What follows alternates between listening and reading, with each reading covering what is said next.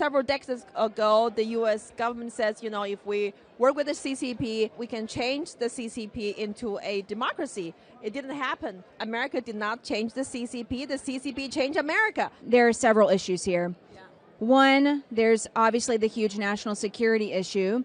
Secondly is the amount of land and the amount of farmland that have been purchased by China, which then becomes a national security issue as far as food is concerned. We have no idea what's been going on with the balloon situation and what kind of threats we've had. This is a crazy time. We don't know what's happening, but we need strong leaders who can produce policy who are going to change these things.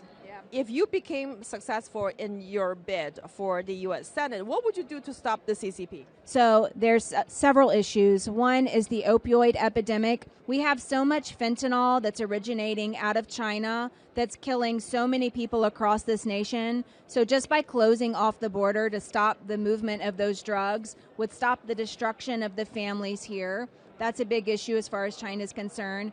And no one ever seems to address the issue with land being bought by foreign outside influences. And that really needs to be addressed. Economically speaking, we ended up having too much trade with China, which then resulted in Americans not having jobs and a lot of our small towns shutting down. So we have to go back to better trade deals where the American people are not suffering and China is benefiting. Another national security issue is the spread of China globally.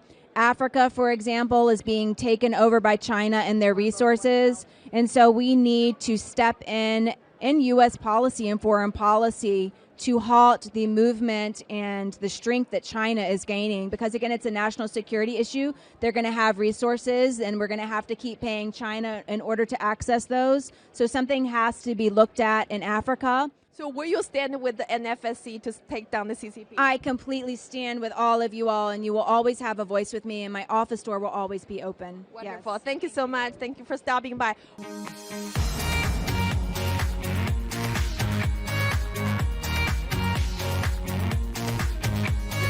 Hey, down,